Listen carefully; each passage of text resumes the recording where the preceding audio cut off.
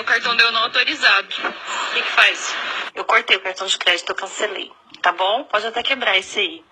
Ok? Quer viver como socialista, defendendo os ideais socialistas, tem que viver como socialista. Porque socialista de iPhone você já é, né? Porque você tem um iPhone 6. Sei lá. Então, vamos trocar o iPhone também. Uma vai comprar um Samsung básico e você vai me dar o iPhone, tá bom? R$3.000 por esse iPhone, viu? Só pra você saber.